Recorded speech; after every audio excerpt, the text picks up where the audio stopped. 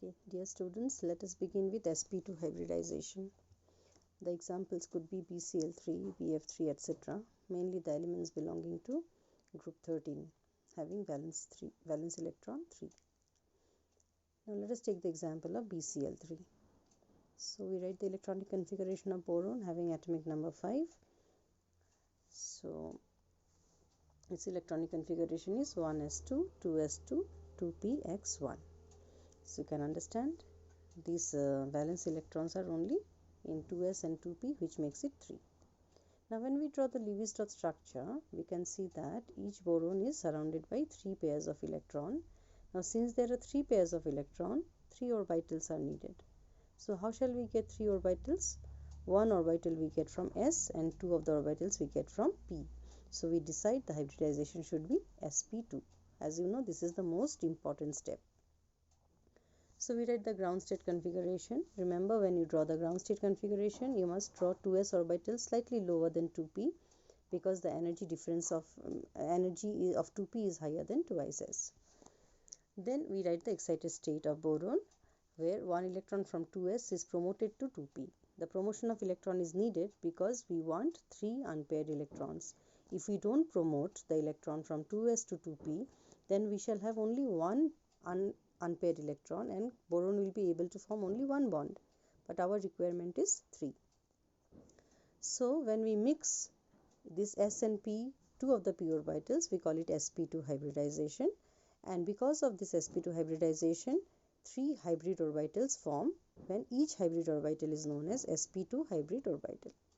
And these hybrid orbitals, they orient themselves in the form of a trigonal planar structure. As you can see, we have drawn the smaller lobes also, and each of the hybrid orbitals having 1 electron each. Now, as you know, the chlorine electronic configuration, that the electronic configuration of chlorine is 1s2, 2s2, 2p6. I think we have drawn it earlier.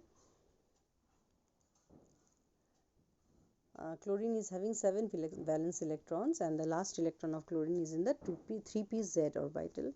So here chlorine is using its p orbital to take part in bonding. So what happens here? You can see the p orbital of chlorine and sp2 hybrid orbital of boron, they overlap, forming a psp sigma bond. And the equivalent structure is, if you join the corners of these atoms, you can see it forms a triangle shape, and we call it trigonal planar, where each angle is 120 degrees.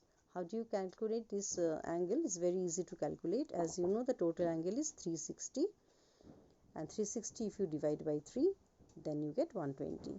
It is a planar molecule, so you can easily do so. You can divide it by 3.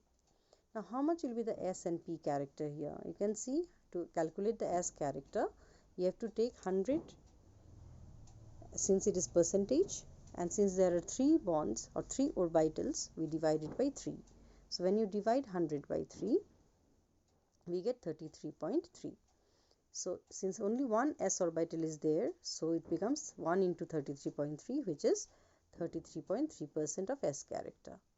And since there are 2 of the p orbitals used, so 33.3 into 2 gives you 66.6% of p character for sp2 hybrid orbitals. Now let us move to sp3 hybridization. There are so many examples: methane, silane, ammonia, water, etc. So let us take the simplest example, that is methane. So we begin with, we write the electronic configuration of carbon: 1s2, 2s2, 2px1, 2py1. Remember, you should not write 2p2 because you are applying the Hans rule. Now since there are 4 valence electrons, as you can see here. So if we draw the Lewis-dot structure, carbon is forming 4 bonds around it, and therefore 4 orbitals will be required. So from where shall we get 4 orbitals? 1 will get from s and 3 will get from p. So it will be total sp3 hybrid orbital.